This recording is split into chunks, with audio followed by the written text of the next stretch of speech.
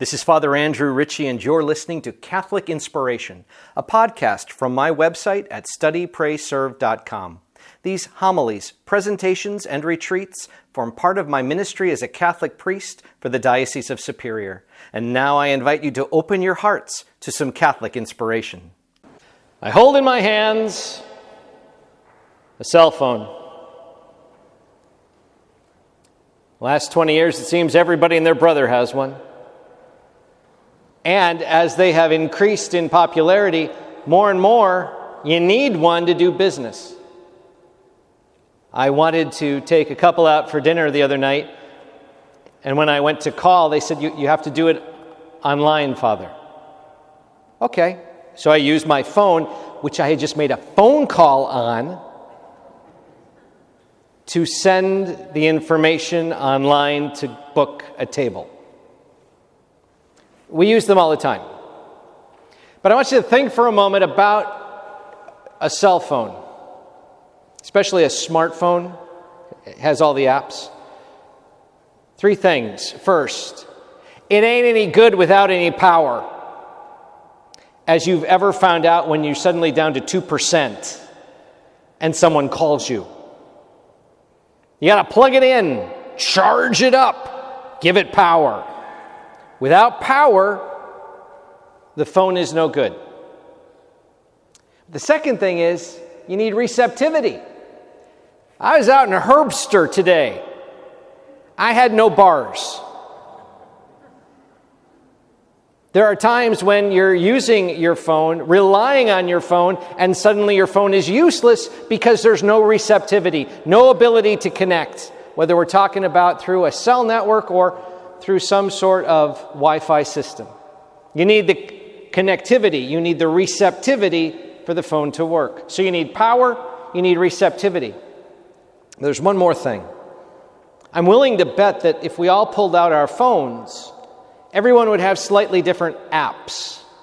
Some of us would have a lot of the same ones, but whether you're using this for banking, whether you're using this for entertainment, whether you're using this for news, I have a whole lot of things in Italian on mine, some things in Greek and in Hebrew and in Latin because I use those.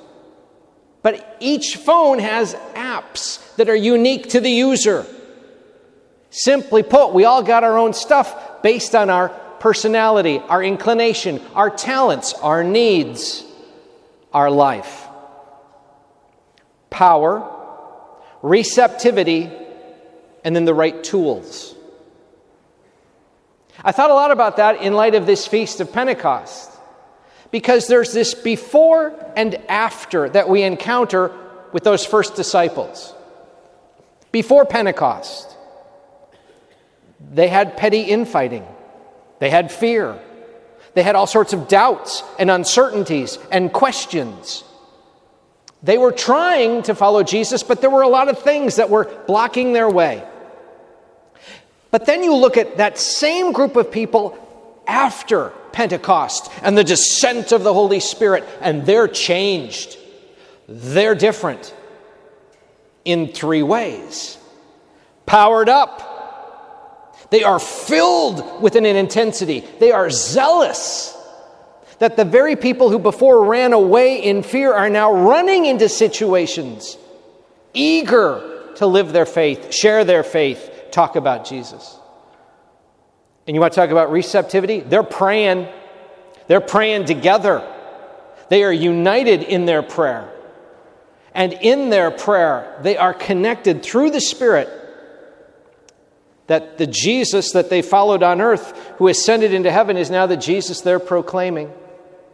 Because their receptivity to God has been substantially increased.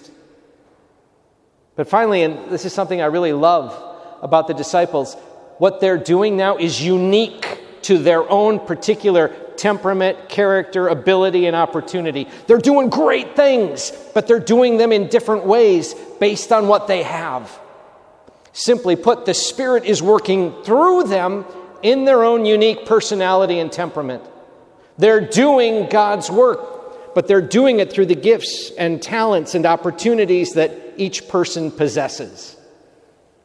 Power, receptivity, and the fashioning of their own unique tools that they share for the good of the church to proclaim the good news out in the world.